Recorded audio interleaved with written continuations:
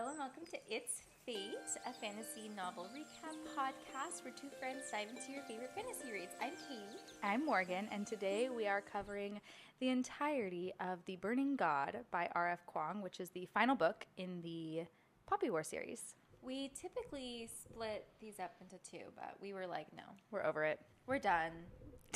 I'm too depressed and sad to want to talk about it anymore, to be honest. Agreed. Oh my goodness. I'm going to adjust my mic. Katie gives me a booster seat because I'm so short, and so I had to adjust the mic to match my boost. Yeah. I guess, should we skip all the... Well, how are you? A little brief, how are you? Since we have a lot to cover. I'm getting over a little cold. Yeah. You maybe hear it. Watching The Secret Lives of Mormon Wives. I've heard wild things out there. It's wild. I recommend if you like reality shows. I do. This book took up every ounce of free time I had because I would fall asleep every time I read it. So maybe now that we're done with it. It's a good cleanser after a heavy book like this. Yes, maybe I need that. How are you doing? I'm doing okay. Busy as usual. I'm trying to think. Nothing wild has been happening lately. That's good. Yeah. That's a good thing. Kind of just the routine of life. Yeah. Mm-hmm. Other than this book. So we're wearing red. Yep. Ish. We just tried to, we have some florals. Blue. Yeah. Red, orange. Just kind of feeling like that encompasses the vibe of the book. Katie's hair looks phenomenal. Thank you. I did it today. It looks so good with your little front curls. I'm into it. It's good. Thanks. And then we're drinking some red Olipop cherry cola. Did you know that cherry Coke is my favorite soda? When I bought them, I was like, I think this is Katie's favorite, but I wasn't 100% sure. Cheers. Cheers. Thank God this book is over. And not in a bad way, but for my mental health. We'll go into it. Oh, this is good. Because you know what? This. I don't like Coke by itself. Like, I only like diet. I actually don't like any soda. I just dripped on me. Okay. Mm-hmm. Oh, you all right? Yep. Okay. But Olipop is nice because it's just not that overwhelming sugary taste right away. Like, this is pretty sweet for an Olipop, too. I'm sorry, thinking about how you don't like regular Coke. I don't like soda unless it's Diet Coke. I thought you liked soda because you drink I like Diet Coke. Diet Coke so often. Interesting. I didn't know this about you. I only drink Diet Coke from McDonald's. You're a snob. I'm a snob. Well, that's not true. Every now and then I'll get it, but like it's not something I buy at the store. Like I don't go to the store and get like a pack of Diet Coke or anything. I don't really drink a lot of sodas either. Yeah. And I'm actually like trying to cut back even when we eat out places because it adds like $5 to your meal to get a soda. Yeah. And so it's more so I'm on the road. Fries and Diet Coke sounds good, and that's going to be like $4 total. Yeah. Yeah. That's a good little snack. Yeah, like you and I do sometimes. Yeah. We're just like, we need some fries and some caffeine. I always need fries. They're so good. Ugh, love. Okay. So dive into this book. The Dragon. What is it? Burning God? You can't really see it on our video because of the we get our books from the library a lot. And so they have this like cover. This cover. Plastic. Yeah. Okay, real quick before we dive in. Correction. I don't remember if it was the last episode or the episode previous. We talked about how we thought that maybe this took place before like America was around. Not true. This definitely is based off of a war from the 20th century. Okay. I read The Women by Kristen Hanna this year, and a lot of it, I was like, it's really reminding me of like Vietnam, like the guerrilla warfare kind of stuff. Oh, okay. So yeah. So I'll have to read that because I'm very curious. Don't read it. It's really sad. Okay, never mind. It's really good. Made me cry multiple times. Yeah. That's right. I remember your rating. Yeah. You said I'm depressed. That was your like official rating. But it is based off of the Second Sino-Japanese War, which took place in the 20th century. So that was China versus Japan. And so Nakara is China. And then the Federation is supposed to be Japan. Mm-hmm. And I believe the Island of Spear is Taiwan. Yes. Okay. That makes sense. And so then when Rin is referring to the Red Emperor, that is referencing the first Sino-Japanese War, where Japan and China fought, and Japan won, and it's largely accredited to their help from Western countries, which are the Hesperians, which we know. Yeah. So that makes sense. When I saw the Federation, I was like, oh, it looks like Japan. Like, it would call like the Crescent City, which I mean, or Crescent Island. Which Japan looks like that too. Which I think this was very historic, like outside of the fantasy elements, it was extremely historically accurate, like this whole series, and that's why it felt like it dragged on so much for me, which I guess we could go into our ratings. I ended up going back and changing my Dragon Republic rating to a 2 because I was truly like, a 3 to me is something I still liked, and I did not like the book. Like, I didn't like it. It was so boring to me until the very end.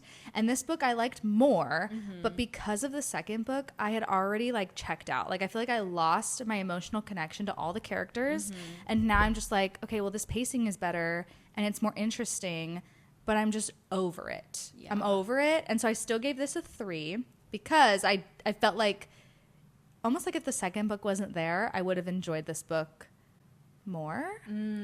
I could see that.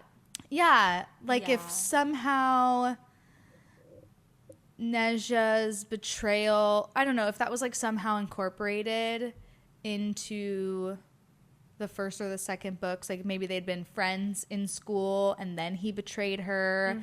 I don't know, because it was more interesting and more well paced, but like I said, I was just like, I didn't really care by the end of it. But I think it being so historically accurate is why it was so long, which to me, I love a historical fiction, but like, let's cover the war in one book. You know, like it's okay to me in a historical fiction novel for things not to be like, not every single battle to be covered in great detail. And that's what this was. And I'm just like, it's just not for me. It's not, it didn't, it's just not my vibe. I honestly didn't even know how to rate this book because it's hard for me to like rate something when I'm like, it's just not for me, but it's clearly a really well-written book.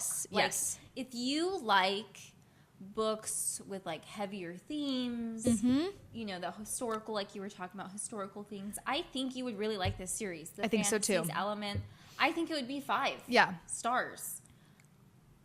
But just right now, in the time of my life, I'm like, I don't know if I could reread this series anytime soon. No, I don't think I ever will. And I think you put it really well because we both gave the first book like 4.5 stars because we really liked it.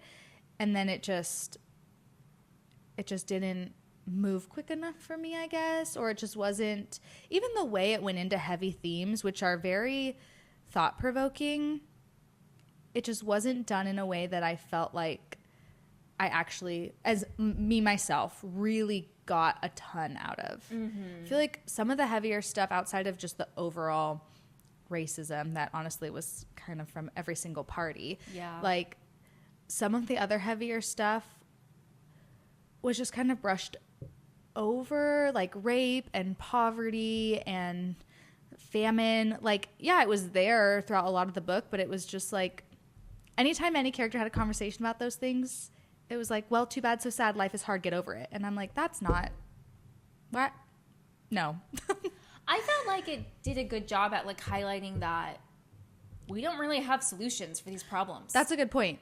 Like, it's like, sadly, like that's just kind of, that is what people have to live with in just our world. It was very realistic. But it was I'm not interested in that. No, thank you. Oh my gosh. I agree. Yeah. So on that note, let's talk about it a little bit. Yeah. Okay, the dedication, can I just say? Yes, I didn't even read it. What was it? It says, "Come with a bucket of tears." Oh. I was really scared for you. I didn't cry a single time. Spoiler alert for our crying corner. And I recognized like the ending of this book is sad. Yeah, it's really, but really sad. I by the end of this book, like, I don't care about Rin. I don't care about her. And so at the end I was like, huh? What? Who? Why? It also didn't really, and maybe I missed something, because I feel like her character throughout all 3 books was very consistent in being like very human, but also pretty like non-compassionate and ruthless and all of that. And at the end she's just like, I'm sacrificing myself because for the greater good. And I was like, you haven't cared about anybody but yourself and Katai for 3 books. Like, what? Huh? So anyway, just didn't weep. Did not like it. I didn't. Okay, so we pick up with, we start with a prequel. Yeah. A little background on the Trifecta and the Dragon Emperor. We learn that he's essentially abusive both physically and emotionally. This hooked me. This did hook me. I was like, oh. I was like, oh, this is interesting. I was excited about the Dragon Empire, and now I'm scared. Not Empire, Emperor. I was scared too. Yeah. I'm like, no, I don't want to meet him. I don't want him back. Yeah, I felt the same way. And then chapter 1, we pick up shortly where we left off. Rin has lost her right hand, and the Southern Coalition is fighting off the Federation that had been waging war in the South. Rin Stump. Yes. I wanted to talk about Rin Stump. Did you think she would have to lose her hand at the end of... No, and I kept forgetting that it was gone, and she did too. Yeah. And I wished it never like explained it, but do you think, because fire would come out of her hands, do you think it still came out of her wrist? I feel like it did. I think it did too. Yeah. I think I did too, now that you're saying that. Oh, when she like tried to punch stuff with her, like, because she would forget. I know. Every time someone did something to her stump, I was like, oh, gosh. Why? And even, I don't know, I was like, Rin, she wouldn't train. She wouldn't train to learn how to use her left hand, and then she'd be like, so annoying. Oh, they just beat me so fast. And I'm like, what do you think? She did not train throughout this book. No. And she was like physically fighting people, but she was like, my left hand is now, like, I can't use it. It's awkward. I'm like, learn. Well, you don't train. I know. It was like kind of far into the book, Katai.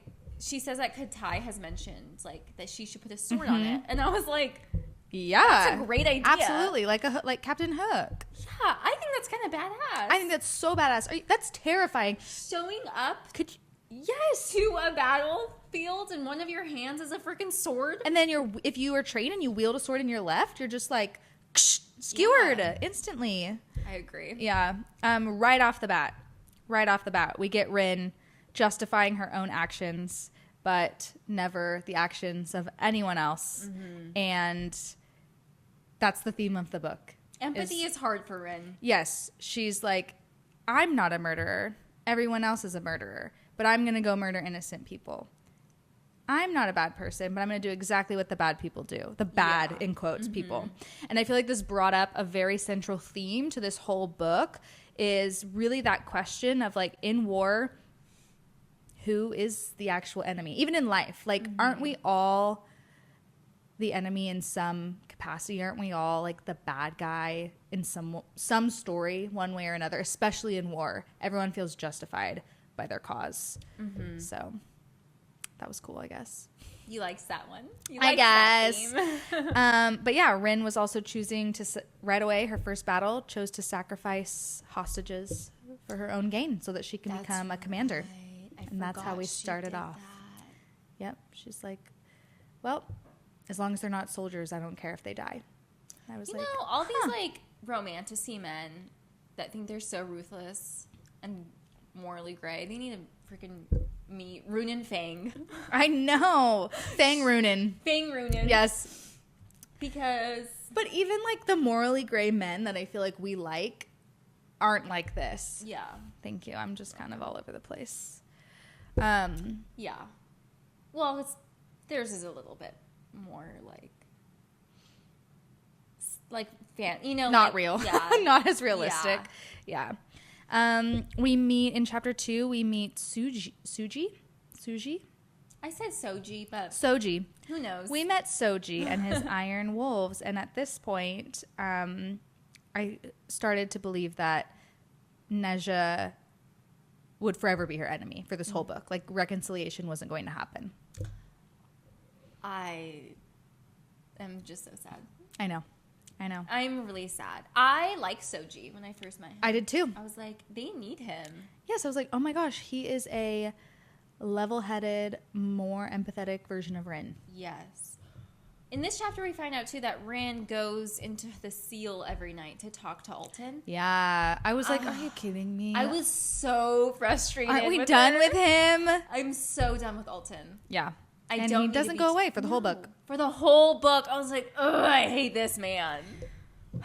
I would find myself picking this up to read and, like, getting anxious because I'm like, I don't want to read this.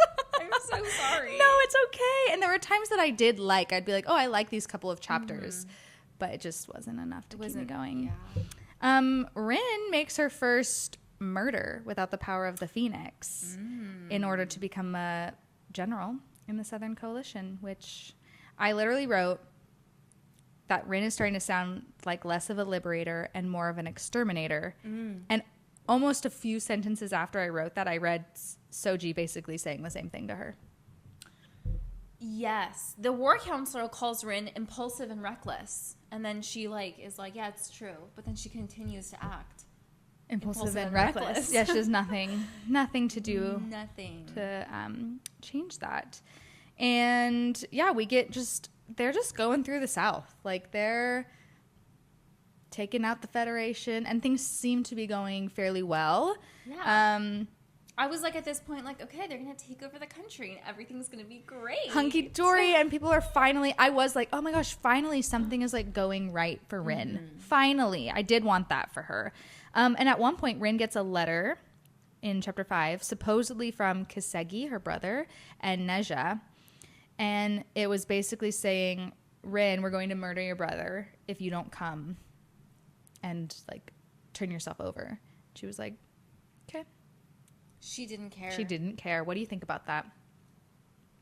Honestly, kind of showed how she thought about her family at this point. Well, I mean, he was really her only family. And even then, she'd be like, my foster brother. Like, she really and she didn't want to talk about him. No, she put this wall up in between him and her past life. And she didn't care. No. Do you think that was really a letter from him? I don't know. I forgot about him. Well, and then he never comes up again. Never comes up. And who would have gotten it to her? I don't know. There were a couple questions I had that never got answered in the book. Me too. I started to think that way before the end, I think I noted it later in chapter 10, I started to think that Venka was a spy. But we don't know. We don't know. We never find out. Never know. So then they basically liberate the South, and which is wonderful and great. And let's see. There's a moment in this timeline or in this part of the book where Rin is like, they'll go to some towns and they want to kill all the Federation, the Muganese that they capture, and basically anybody who was complicit in any sort of way, even if they were Nakara. And Katai is like, what are you doing? Can't do that. Like, they didn't have a choice, and Rin didn't care. Empathy, again, is hard for Rin. Yes. And I don't think she understands, like, Rin, not everyone is brave like you. Yeah. Or, like, has the power to stick up for themselves. Yeah. In that way. Yeah. Or people are, like mothers and fathers are like, I will do anything to protect my children. And if they say that my children won't be harmed, then I'm going to do their taxes or give them a place to stay in my home. And Rin was just like, no excuse. But I'm more on the same side as Katai of like, she's ruthless. She's a little too ruthless. Yes, she is. I really liked Soji teaching them guerrilla warfare. I found that really interesting. And I thought Soji had some really good words of wisdom. Yes. One of the quotes I liked, he says, he's telling Rin, You don't fix hurts by pretending they never happened. You treat them like an infection. You take a burning knife and gouge out the rotten flesh, and then maybe you have a chance to heal. Ooh. And I was like, Rin should have listened to this. Face what is the trauma that she's obviously carrying. And she's a lot. A lot. She never does. She never does. I wrote on this part, I was so sick of Alton whispering in her brain at this point. Like, take that knife. Get him out of there. Dig him out. Stop getting high every night just so you can talk to him. Yeah. It was weird. I mean, she's coping the best she can. For sure. But still, it was it was hard to keep reading about. Then they returned to Tickany. Yeah. Tickany, is that how you said it too? Yeah, I said Tickany. Which is where Rin is from. And they find some survivors, and Rin goes to her old neighborhood, but only so she can go to Tutor Fayrick's house. And she finds herself crying and, like, questions why she cares about him so much. I was kind of questioning the same thing. Why do you think she cared so much about him and, like, wanted to know where he was? He helped her out of a horrible situation. Yeah. He, I think, for her, really represented her, like, hope into escaping her poverty and going to Seingard and leaving all of what her childhood was like. Yeah. And so, like, never finding him, I think that little girl, I think, is sad. Yeah. That, like, her tutor, this man who, like, cared for her, is gone. Yeah. Yeah. Who knows? He's probably dead. Probably. Yeah. Like, I mean, I think everyone is dead by the end of this book. everyone is dead. Literally. And then they find more surviving women, and Venka's kind of mean to them. And once again, I'm like, this is the theme where I get it. There is a certain point where it's like, that sucks. You have to keep living. Mm-hmm. You have to keep moving, because these women have been raped and everything, which is similar to what Venka went through. And she's just like, suck it up. Like, move on or you're going to die. And I'm like, yes. And can we just, like, give them a hug? Say, I'm so sorry that happened to you. Yeah. Well, I think that's the way that Venka copes with her trauma. Mm-hmm. Oh, and clearly Rin, too. Yeah. So I know. It's just like, we move on. Mm-hmm. We just keep going. Or it's like, well, nobody was there for me, so no one's going to be there for you. Yeah, and I'm like, that's not... Yeah. Maybe do better. Yeah. But they find the Empress. Oh, yeah. Sudaji. Yes. And she was disguised as a hag. I loved this. I did too. It was kind of cool. It was interesting. Mm-hmm. And her face, like, being all ugly. And I didn't realize that she could change her self. Me neither. Me neither. And she tries to convince Rin to create an army of shamans. Well, she kind of does convince her, right? Mm-hmm. They're like, let's go to Mount something in the dog province. And yeah, that's kind of like that becomes their main plan. There's a little note here where the fact that they rarely eat salt keeps coming up. And I just really feel like I take salt for granted. I've shared on here before that it's my favorite condiment element. Sodium. Wait, did we establish that it's not an element? It's not an element. Like the salt itself, but sodium is. Sodium. There we go. Yeah. And yeah, it's just my favorite, and I felt really sad for them. Could you imagine, like, not, like, ever having salt? Everything would taste so clean. Yeah. And then they find a little boy, I guess not little, a teenage boy who was buried alive. Ugh, Doolin. That was disgusting. And so sad. Yeah. Once he comes again, back later.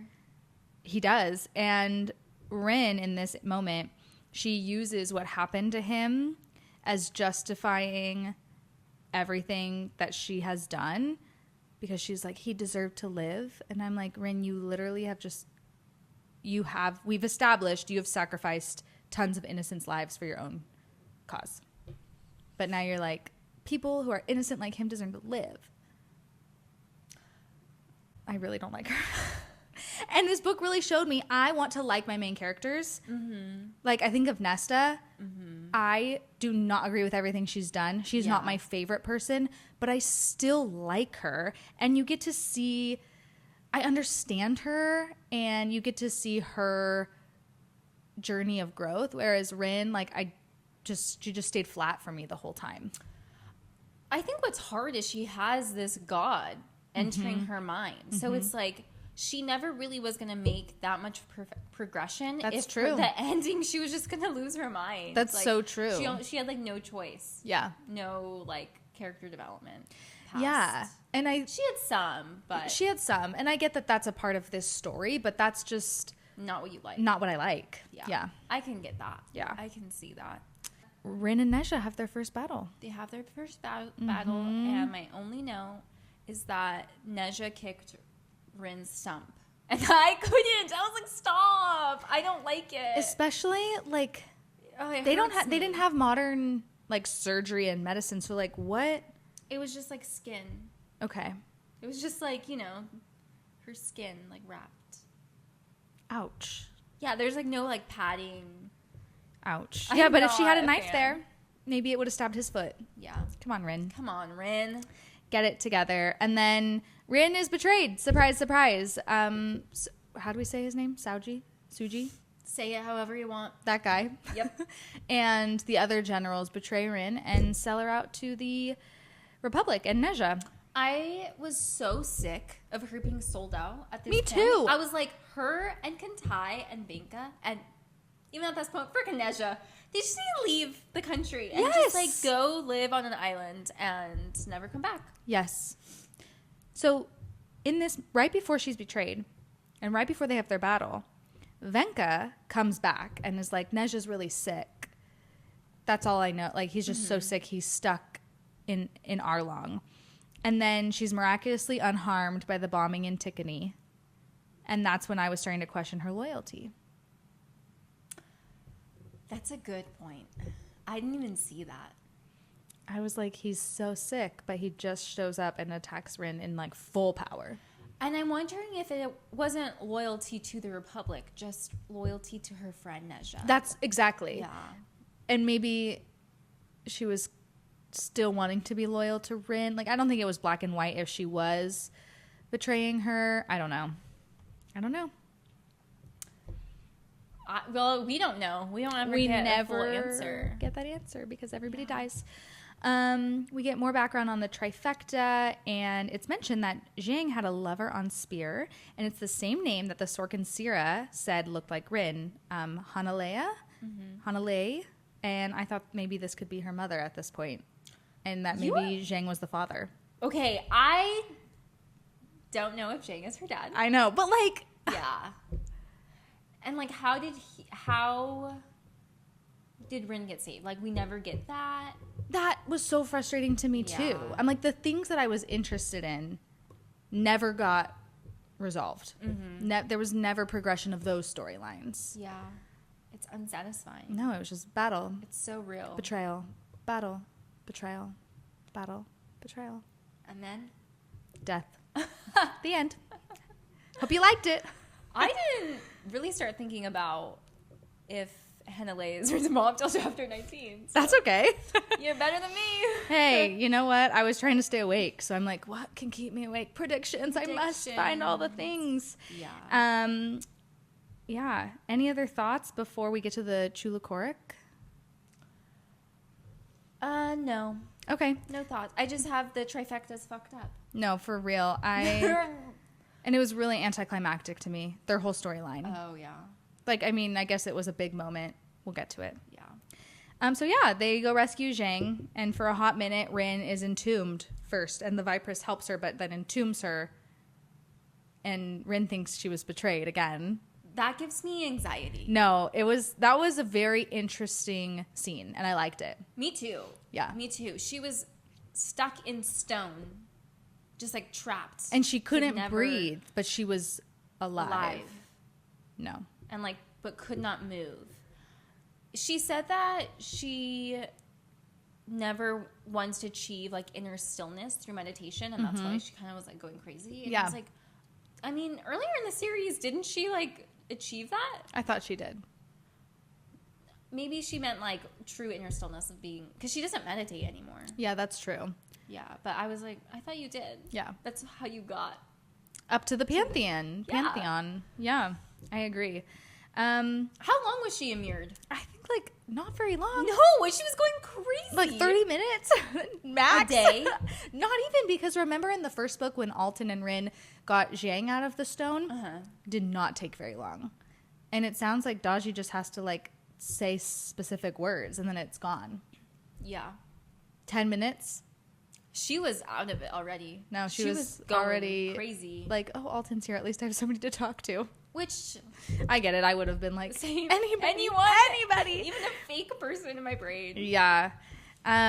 So they have a plan now to get the Dragon Emperor and then murder the leaders of the Southern Coalition and for Rin to rule the country. Yeah, that's going to work. Do you think she's qualified to lead a country? No. And I'm like, Rin, you really think these people who were in power at one point and then lost it are going to let you just be in power? They're going to help you be in power and then let you be in power. Yeah. Yeah. And these people that, like, the Vipress has always been her enemy. Mm-hmm. Even though there's more to the story, Vipress, does she still agree with how the Vipress likes to rule or views the country? Rin doesn't care. She just wants to be in power. I don't know. I don't even think she really wanted to be in power of the whole nation. She just wanted to win and be powerful in some capacity. It's true. Because at the end of the book, you do see how she's like, I don't know how to run a country. Yeah, whereas like Vezra wanted to rule the country. Yeah. And he probably would have done a better job in sense of like knowing what to do. Yeah, or how to do it. Yeah. And then they just travel back. Oh yeah, because Katai got captured. So they're traveling to get Katai, and at this point, it's like everywhere they pass, there's just death and bombs, like remnants of bombings. And I'm thinking, is anybody actually alive? Any civilians? It was really horrible. It was really sad. And when they go to rescue Katai, Neja and Katai, Rin overhears a conversation between them. And it was very interesting and clear that, like, Katai's the prisoner, but still Neja's friend. Mm-hmm. Yeah. What did you think of that scene? I felt like this was a big hint that, like, Neja doesn't want this role, but, like, it was kind of forced upon him. Yeah. And he doesn't know what to do, and he's having to work with the Hesperians. And they're, like, studying his body. Yeah. Yeah, because they've realized clearly his dad sold him out. Mm-hmm. Which is really sad. Super sad. His dad is not a nice guy at all. Don't like him. No. No, thank you. We learned from this conversation that June died. He was flayed alive. Oh, yeah. What would you have wanted to see his death, like, on the page, or were you fine seeing it off page? Because I know you hated him. I did hate him, and he kind of became an afterthought. Yeah. So I guess it makes sense. I think it would have been cool if it, and they had time for this, to have like a showdown between Rin and June. But I don't know if he was based off of somebody, and like that's the thing about this book I've realized is like if they're based off a certain character, it's gonna follow that, even though it's really not that interesting. Interesting. Or like the battles are very this is what happened. Like, because I was thinking, if they had just gotten rid of the Federation, if after she blew up the island they weren't a problem anymore, we could have cut so much out of these books and it would have been more interesting. But that's not what happened. So it's more complicated than that, unfortunately. And I'm not here for complicated. No. Yeah. Katai at this point too is kind of questioning whether the Hesperians are right because they have like better technology. Yeah. And that kind of checks out for who he is. I think so too. Yeah. It's really sad. It was, to me, I was like, Katai, no. I know. No. Don't believe that. Don't believe that just because they have better technology, they're better than you. And I'm glad that Rin made him see like, okay, well, what does that make me if I'm even darker than you? And, well, Rin is barbaric though. That's also kind of but that's sad. Not because she's no, it's just dark. It's because but it's sad because this kind of stuff happens, right? Like people who want to believe that about a certain group of people will find the one person or the 5 people or whatever that live up to that stigma and then assign it to the whole population. Yeah. That's how stigmas come about. That's how stereotypes come about. And like Rin was trained to be a soldier, and she's had horrible things happen to her. I wouldn't expect her to then be like, she has a freaking angry god in her head. I'm not expecting her to be like so empathetic and she becomes vengeance itself. So she does. Yeah, she does. They rescue the Southern Coalition, which has been like cornered by the Republic, and Rin kills Vaysera, which like she kisses him. Yes, and she kisses him to death. She literally kisses him to death. She kisses him and pours fire out of her mouth. That's crazy. So she burns him from the inside out. I like that she realized that she was really only following him because he looks like Neja. I was like, oh. Ah, she was obsessed with Neja. Yeah. Yeah. In like a way that I don't think was weird. No, I don't think so. But it's just interesting. Yeah. Yeah. Her like love of Neja's looks came up a lot. His beauty. His beauty. So they rescue the Southern Coalition, and then Rin kills the 2 leaders, Garubai and Suji. And Suji is literally ripped apart. And go ahead. I felt so bad for him. Me too. He was a scapegoat. Yeah. And Rin is like, yeah, it would have, if his fate just was like, oh, this is just what happened. He could have won in a different timeline. Yeah. It was gross. So when she is beating Suji up before she like basically feeds him to the crowd, she thinks, quote, human bodies were so breakable, she marveled, so soft, just meat on bones. And I wrote, she's starting to sound more and more like a psychopath with every chapter. She is. It's like, true. She's enjoying killing, and she's having flashbacks of Alton showing her to enjoy killing and thinking like killing animals is so fascinating. And I'm like, this is not it for me. I got the ick. Yeah, she was getting on a power trip. Mm-hmm. She was loving that power trip. She was. So they march on up to Dog Province to go wake up the Dragon Emperor. Did you say Riga or Rija? I said Riga. I said Riga too. Okay. They march on up there, and this is when I was like, oh, okay, Hannah Leigh is Rin's mom. Yes. Yeah. They start eating corpses. Yes. You know what? I'm looking at our notes and realizing their time on the mountain was only about 2 chapters. Yeah. But I truly felt like it was a very long time. Me too. A lot of pages. It was a lot of pages. A lot of things did happen. Yeah, it that's wasn't true. like boring. But well, getting up to the mountain, the hiking, that's what I'm saying. The hiking, oh, yeah. the Dog Province wasn't boring. No, it was the hike. Yeah, not to the Mount Tia. I don't know. I don't know. I don't even think I wrote it down. Me either.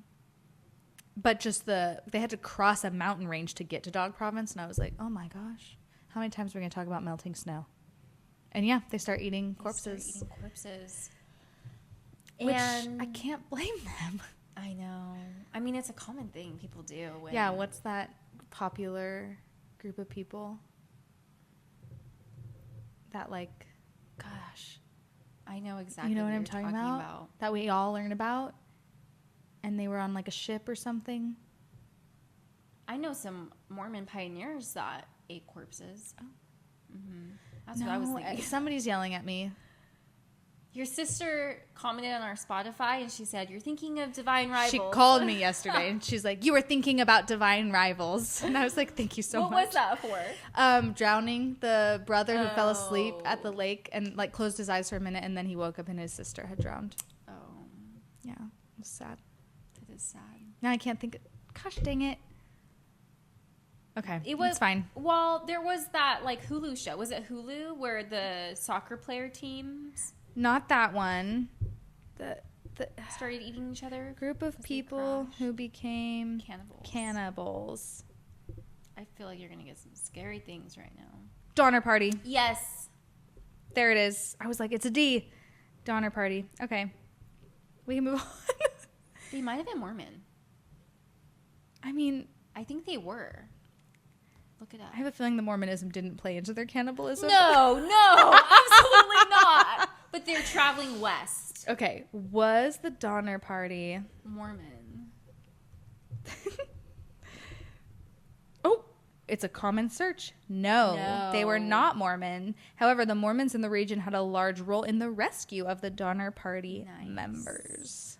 Interesting. That is interesting. They were Roman Catholics. That's why. That's why they became cannibals. Just kidding. I'm totally joking. I love you all. Catholics, Mormons, Christians. We just said how we probably know. Would. Yeah, we just said that if it came down to it, you do what you got to do to survive. Okay. Yeah, and they were dead already. Yeah, you're not frozen. Yeah. So don't kill people. And don't do that. Don't do it when there's a grocery store around the corner. Yeah. Only if you're trapped on a mountain for like at least 5 days. I would say like a month. 5 days? 5 days without food? How long can you survive without food? Okay, but I would hope I would last more than 5 days before I start eating people. Yeah, but what if you were trapped in a snow-covered mountain, no food, and somebody dies? I don't know. You would say 5 days? I'm just thinking, I don't know. Don't judge me, everybody, okay? Good thing I don't really like to be hiking in the snow on in the mountains in the middle of winter. Don't hike with Morgan. She'll eat you. Only if we're trapped and you die first. If I die first, you can eat me. There you go. I just gave you permission. But don't kill me. Anyway. They make it to the dog province. They do. Chogon is there. He returns. And he says, "Can I steal you for a chat?" What is this, Love Island? Literally, I was like, oh my gosh, I wrote it down. He goes up to Rin and goes, "Can I steal you for a chat?" It's like, okay. It was so funny. I know. It felt very out of the blue. Yeah. For this book. Yeah. Well, at this point, we still don't know what Riga's powers are. Did you have any guess? No. Me either. So they just kept saying, he's really powerful, he's really powerful. I still don't. I wish we knew what god he was connected to. Me too. That would be interesting. Dragon? No. I mean... Oh, wait. Why was he called the Dragon Emperor? I think he was from the Dragon That's right, because he was related. Once again, she's like, he looks like Neja. She's like, he's so fucking beautiful. I just love him so much. So they go hike to Mount Tianjin or Tian? Oh, I think Tianshu, maybe? Maybe. And they wake him up, and Rin is like, oh shit. He sucks. He's so powerful. He makes her bow. Yeah. And then he starts searching through her memories. He's like Reese. But scarier. Evil Reese. Like really, truly evil. Like, it sounds like his powers of just, like, mind manipulation. And, scary. I'm glad he was dead. Yeah, so after spending a really, really, really long time in this book with the plan to wake up the Dragon Emperor and going to this place and reading all about them eating corpses and traveling through the snow, he dies. He's killed. They're all killed. All of them. Except Jane finally stood up. That was sweet. Rin. That was a sweet moment where they heard the dirigibles overhead and knew that they were going to get bombed if one of them like made it apparent that they were in there, and Jiang basically gave Rin the red flag to like sell us out. Yeah. So, but it just was like, I don't know. It just felt like, oh, they're just gone now. They're gone. It was a little anticlimactic. I know it was a big scene, but it was like, oh, they just got squished again, like bombed. It was a powerful moment for Rin, though, because this was when she was like, she'd basically gone through every possible person who could lead her, and they're all dead now. And so she's like, okay, I have to lead on my own. And I feel like she needed that kick. Yeah, I think so too. So then we get into part 2, and we get into a little Neja flashback where basically drunk Vestra is telling little Neja the story of how the Yin family are able to be so successful, because one person in the Yin family has to take on like the dragon's basically suffer so that the dragon keeps the water at Arlong safe. Okay. And I was like, oh, good. So he was like prepping him all this time since childhood to be interested in even going into the dragon and doing that. What is the child going to do when you say, don't touch that, don't go there, don't do that? They're going to do it. Yeah. Poor Nezha. He never stood a chance. He was. He was just, it was really sad. This is when I was starting getting really depressed, and I said this would be my happy prediction. I want to hear it. Rin and Nezha destroy the dragon together, and then they get married and rule the country, and everything's perfect. Well, I feel like that should have happened. I would have loved this book. I would have loved it so much more. You want a happy ending. I know. I'm just so desperate for it at this point. I feel like I've been drowning in sadness for 1,800 pages. Yeah. I told my sister that. I was like, this was 1,800 pages of war. And she's like, well, then don't we read War and Peace? And I'm like, why would I ever? No. I'm sorry. Absolutely not. No. I'm just not. Maybe some other time in my life, but not right now. But also, or not. Like, that's okay. Yeah. If that's not for me. I agree. I'm not in politics. I'm not a soldier. Like, I have no desire to learn about war. You learned too much in war for this one. Yeah, I know so much now. I could probably go to battle and die, but... Well, Rin tries to make she makes some new shamans. Yeah, I liked this. I like this too. She tested them by making them shove a blade under their fingernail. Yeah. Really gross. Yeah. And she gets 3 new shamans. Dulin, who's the boy that she found buried alive. Until death. He channeled the Great Tortoise, and he has the power of earthquakes and sinkholes. Yeah. Very cool. Pippa G. Is that how you said her name? I did. Okay.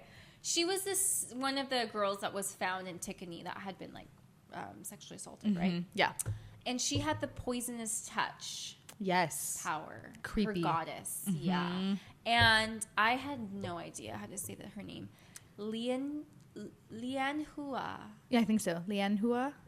Had healing. Yes. And I was like, Morgan would pick healing. I would.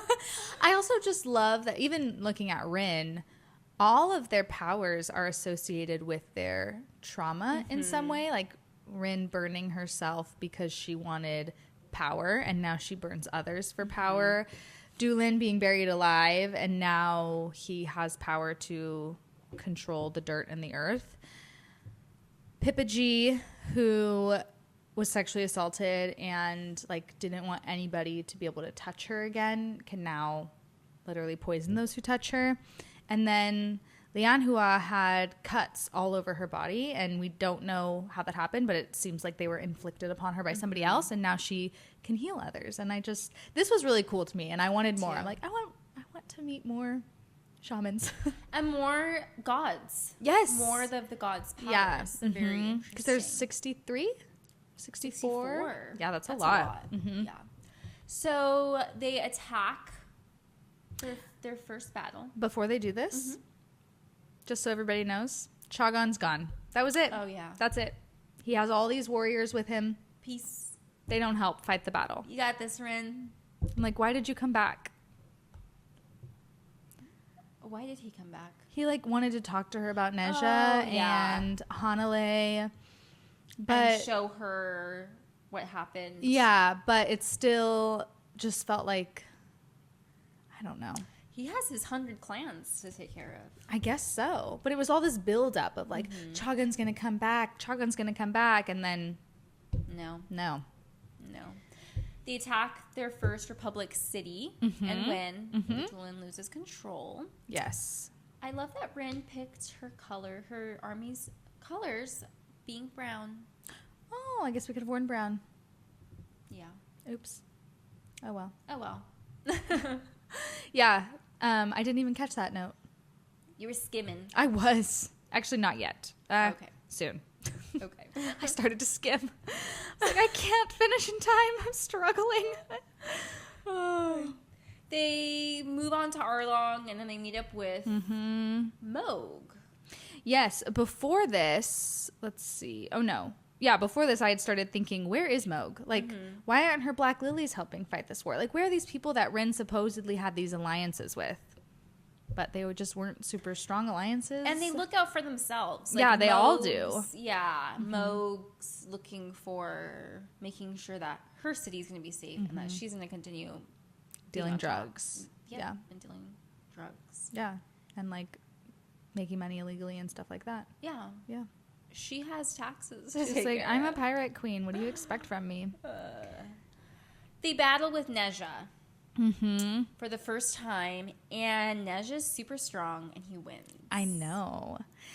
Did you think going into this, because Rin, well, they get a scroll from Venka, who is like, hey, don't go to Arlong, go here instead. And so they do, and Rin's like, we're going to have the upper hand. But they don't have the upper hand because Neja was ready. And I'm like, that's another moment where I thought, how did Venka know this? Like, what? And for Neja to come in so prepared. He was really prepared. I just, like, do I blame Venka? You really like her. I really like her. Sorry if you keep hearing me sniffle. All of a sudden, my eye is getting really watery. Oh, no. This happens to me sometimes when I'm sick. Okay. Yeah. I'm really hoping she wasn't, like, a real spy. I know. I don't know. Sad. Yeah. You're crying about it. Oh, my God. Venka. Yeah, a lot of my notes at this point were battle. Moving the war along. More war. More war. I actually liked this chapter of the battle with Neja because I was like, finally, we're getting, like, a true interesting battle. To me, it was more interesting. It was really interesting, and I liked how they had to be creative. They had those, like, basically like turtle shell type things. Yeah. They put that tarp on top so that Rin could use her fire power without the rain getting on her. But Neja's just so powerful. It was pretty wild. It was wild, and I think Rin at this point thought she was the most powerful. Yes. But slowly, like, no, the Dragon Emperor is more powerful. Now Neja's water god is more powerful. Yeah. So, Rin's not that powerful. Nope. They go to the grotto to see if they can kill the dragon. Yes. It doesn't work out. This felt like a decent plan to me. I thought so too. But yeah, it didn't go very well. Didn't go well. They figure out that Neja's little bracelets he wears are basically conductors. And that they stop him from channeling his god. Yeah. They, like, stop they get struck by the lightning thing. There was a lot. I feel like a lot happened in these last few chapters that was really interesting. But everything just wrapped up. Everything dragged for so long. And I feel like this was true with the last book too. And then the end is, like, epic and exciting, but happens so fast that I'm like, what happened exactly? Like, what is actually happening here? I think there was a lot of things to, like, kind of in between the lines for some characters. Neja tells Rin, like, I never wanted to kill you. I was doing it out of duty. And he actually saves her from the dragon. Yeah, and I just wish he felt less dutiful. Yeah, and at one point are you just like, okay, your dad's dead. All your siblings are dead. Can you, like, peace out now? Like, where's the duty is to your land? Like, I guess I know a lot of people feel that way. I have a hard time relating to, like, picking your country or your land over people that you love and care about. So, me too. Yeah, I agree. Yeah. So you get this little moment with Katai and Rin and Neja where they, like, are paying honor to their dead. Yeah. They're basically like, this is our one night of truce. Yeah. And they hold hands, and it's very sweet. And Neja says that he wished things went differently, and Katai was like, well, they could if you didn't choose to be a prick. Do you agree with I do. Katai? I totally agree. Can you imagine if Neja had balls and was like, I guess I shouldn't say that. It's his dad. I get it. That's hard. But, like, really, if he was like, no, I'm not just going to, be on this side because it's my dad. I'm going to do what I believe is fair and just and right. And if him and Rin were against the Republic together with their powers, like, it would have been unstoppable. Yeah. Mm-hmm. Yeah. I agree. They find Sister Petra. Mm-hmm. And she kind of gets like, was she left behind or did she choose to stay? I have no idea. I kind of got the sense that she kind of chose to stay. I think so too. Bit, which was crazy. Why would she do that? She's crazy. That's why. She's crazy. She's a little crazy. I love the scene where Rin strapped her to the table and she made her get high and she took her to the Pantheon. I was like, that's one way to do it. I loved that. And then she patted Petra's head and she said, "You found religion." I was like, damn, Rin, you're good. I know. This was one of those moments where I was like, okay, like Rin is getting like her vengeance in a way that feels appropriate. It's justifiable. It's justified, where it's like, yes. Yeah. Whereas other times I'm like, why are you so mad at these people? Or why are you, killing your own people just so that you make sure you kill the enemy? Like this was a good moment though. I like that. Mm-hmm. I love that. We find out Nej's on Spear. Mm-hmm. Basically, they don't know how to run the country. Her and Katai and Venka and Rin are just... They're so lost. So lost. We find out that Rin is only 21. Yeah, they all are. They all are 21. They're the same age. Katai's younger because he's 2 years younger. He's 19. Oh, my God. Remember, he went to Signgard 1 to 2 years before everyone else. Like, could technically enroll. Oh, I see. So when they were 16, I think he was 14 or 15. So he's such a baby. I know. So it's these 3 children trying to run the country, and they have no idea who they can trust. And they basically killed every single person older than them who has any experience in leadership and ruling. And this is where you see Rin start to become so paranoid. Yes. Like Alton did at the end, where she just thinks everyone is after her, and she kills Venka. She thinks this is when she's like... She doesn't kill Venka. Venka's somehow dead. Yeah, there's somebody... Venka stopped the killing? I'm sorry. No. As impatient as I was trying to read really fast. We were both like, oh my gosh, this book is taking so much longer because we're not as into it. Anyway...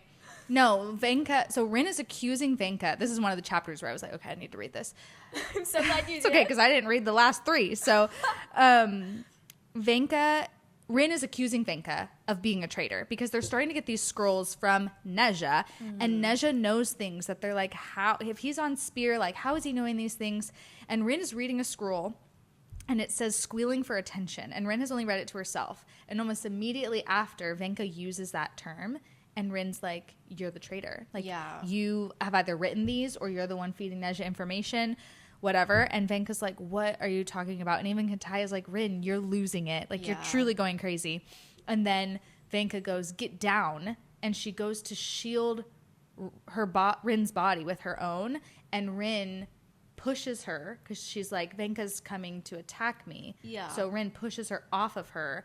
And a crossbow goes through Venka's neck. Because there was an assassin outside the window who was trying to kill Rin. I'm so glad that you explained that to me because I was reading and suddenly Venka's dead. Okay. So Rin has this moment where she's like, she basically was like, would the crossbow still have got Venka if I hadn't pushed her? And she was like, guess I'll never know. Like, okay, this is just like your closest friend for 2 years and now she's going to war with you and you're just like, dead. Oh, well, guess I'll never find out. Okay. Yeah. Well, and we never find out. They go to Spear and Neja's there trying to negotiate with them. And before this, Rin starts to question that Katai is against her as well. Yes. She's just lost it at this point. She's so paranoid. Yeah. I don't blame her, but she's very paranoid. Yeah. And she realizes that getting the Hesperian aid is like basically the only way that her country is going to survive because they have no food and they have no crops. Their water is poisoned. All of these things are happening. There's diseases running rampant. Yeah. But she doesn't want to give up her god. And she's like, I could never wear those things like Neja does. And I don't know what I'm doing. Yeah. So I guess I'll die instead. Me and Katai are going to die. And she Yeah, she lets Nezha... She basically takes Nezha's hand while it's over the sword and kills herself. And then Katai dies, too. And then Katai dies. I was so depressed at this point. Did you cry? I didn't cry, but I was, like, feeling really hopeless about the world. Honestly, it all happened once again so fast. And I'd been so emotionally disconnected from Rin that I was just like, what? Like, what?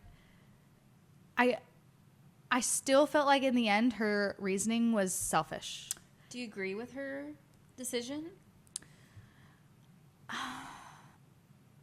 Not necessarily, but to me, her motivation for it was kind of like a little bit of a cop-out of like, I'm not going to deal with the repercussions of some of my actions. And I don't think she necessarily thought that, but in reality, it's not only her fault, but like a part of the country being in shambles is due to some of her decisions. Granted, like also the trifecta, also Vaestra, also Hesperia, also the Federation. Like they all played also Nezha, like a super vital role in getting the country to the place they're in.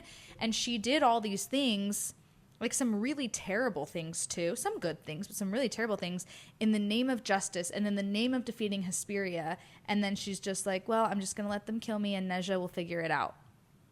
When Nezha's like, I don't know, it felt very out of the blue. And she even said in the chapter previously, where is it? Yeah, in the chapter previously, she says that Tirza and Hanalei couldn't hurt the people they loved, but she can kill anything, and that they like bent the knee to their enemy and she'll never bend the knee. Well, number one, she can't kill anything because she couldn't kill Nezha because she loves him. Number two, then she basically bends the knee at the end. Yeah. Like in a way that's different. Like, yeah, she didn't just be like, okay, I'll be your study subject, but she took herself out of the equation in a very similar way that both Tirza and Hanalei did. They did. They weren't willing to make the sacrifice for their country. Instead, they chose to die. And that's okay. Like, that's what they chose to do. But she has spent the whole book judging them. And then in the turn of a page, she's like, I will be like them. And I will die for the betterment of the world. And it just didn't feel right. I don't know. Maybe you wanted more. She should have been having those thoughts, questioning thoughts earlier. Yes, in like the book. that character development. Yeah. We should have seen nuggets of that, and I don't feel like we did. Yeah. So, yeah. Well. Yeah, my last note is whelp, period. We get an epilogue from Nezha. Did you read it? I did. Okay. It's Nezha's point of view, and he's basically saying that he understands why Rin did what he did. Yeah, this was really sad. He was just like, well, my job is going to be able to, like, try to navigate Hesperian occupation. And we'll make it. Maybe one day we can get out from under them. And, again, very depressed. Super sad. Nezha lost everyone he loved. Yeah. It was sad, but I wasn't invested enough in the characters. Like, I didn't care about them enough to cry over them. Yeah. Which says a lot, because I cry over a lot of people. And it just wasn't... I think it just went on too long for me to the point where I was like, I just want this to be done. Yeah. Yeah. I get that. Yeah. So that was our little recap. I know. Review. I do have a quote of the book. Okay, I read mine earlier. Oh, yeah, from Suji. Mm-hmm. That was good. In chapter 33, Katai tells Rin, in quotes, "You're acting like a maniac." That was my quote of the book, because I feel like that kind of summed up not just Rin, but everybody. Everyone. Truly acting just so insane. And I imagine that war does that to you. For sure. So. For sure.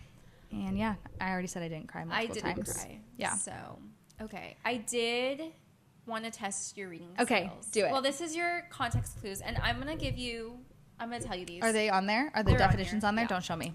There's 3 words that I learned. Okay. I try to guess what these words mean. Uh-huh. I got it wrong. Okay, I'm so excited. So, I'm going to give you 2 points if you just, like, know what the word means already. Probably don't. And then 1 point if you can get it with the context. Okay, I'm ready. The first word is obeisance. Oh, I actually looked this one up. Oh. But I don't think I remember. It's okay.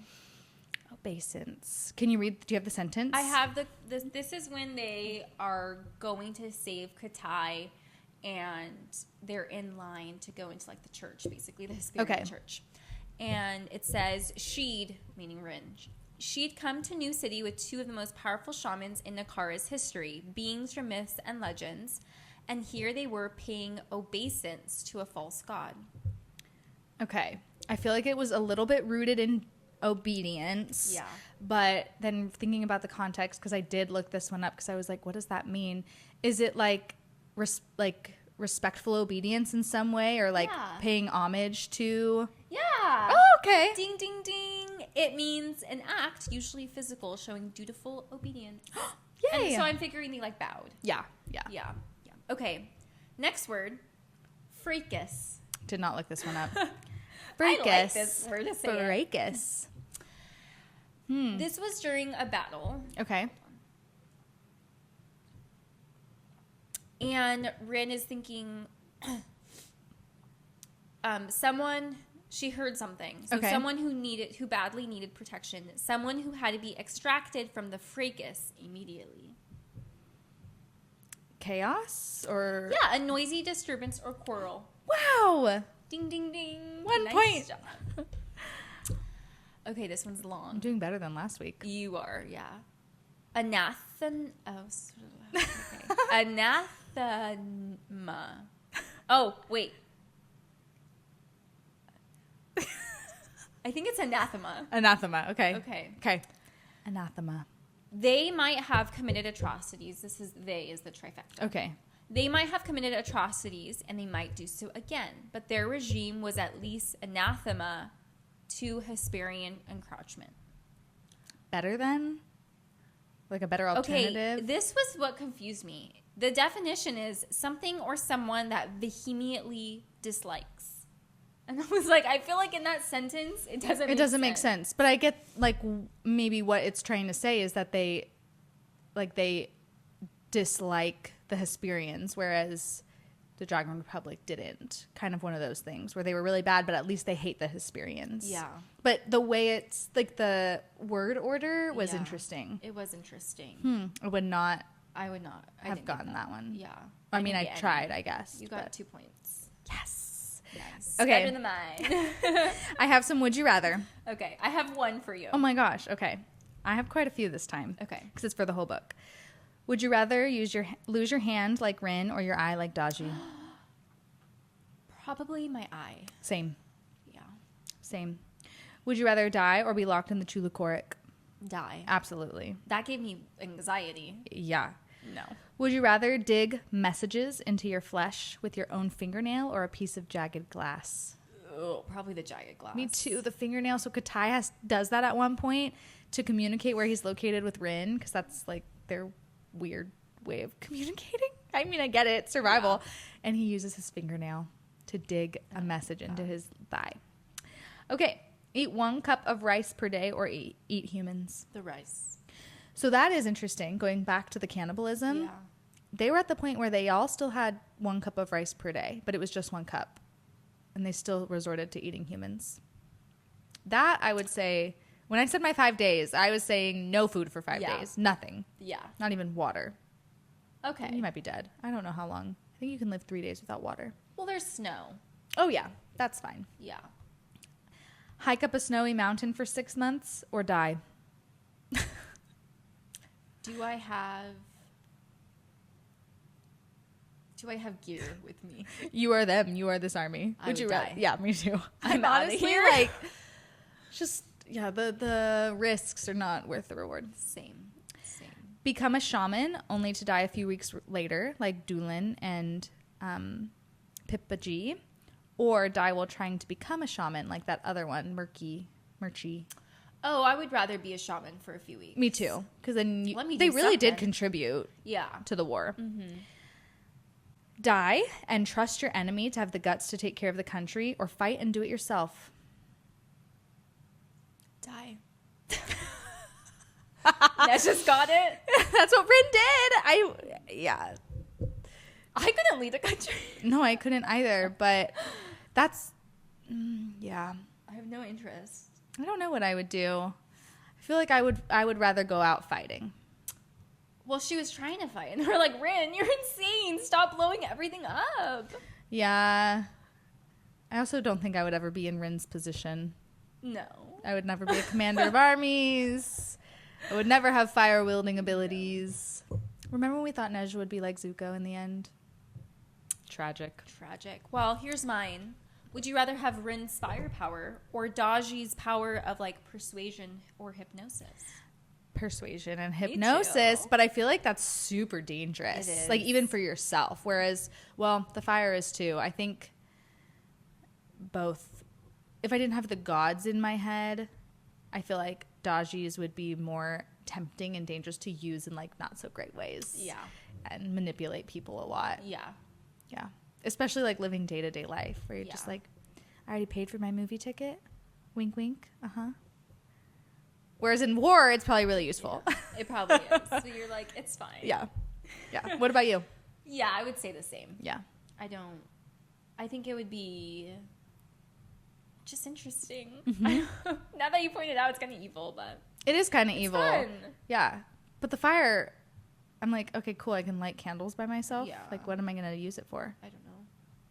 Unless I'm in war. Once again, neither of these powers really matter in our day-to-day life. But no. Persuasion would be cool with my toddler. Yeah. But that's where it gets dangerous, Yeah. right? It would be, I could see, there's, did you ever watch the show Heroes? Mm-hmm. There was a character in that who, if I'm remembering correctly, had persuasion or something in that regard and could make people, like, obey her.